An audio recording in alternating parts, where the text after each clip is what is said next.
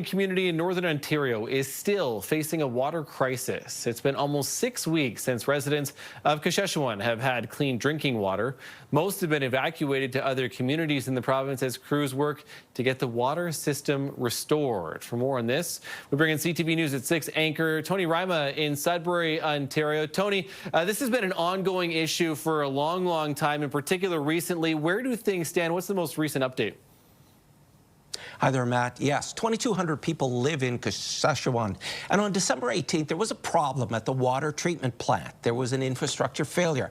So Kashechewan leadership declared a state of emergency on January 4th. And most residents have been evacuated to communities across Northern Ontario, along with other places to Kingston and Niagara Falls.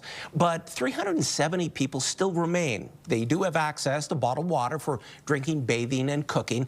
And crews are still working to restore clean drinking water in the community. However, no timeline when residents can return. There's also another gut punch here, a waterborne illness, cryptosporidium, a gastrointestinal illness. 57 people at last count have it, and an individual in the community says that's the floor and not the ceiling. Matt? Yeah, it's a little bit concerning, too, as we talk about that, too. Tony, at least at this point, Kashechewan in particular, on top of the water issues, they've also dealt with flooding, right, over a number of different years. We're still in the wintertime, at least for now, but there just has to be a lot of uncertainty for these residents, at least at this point.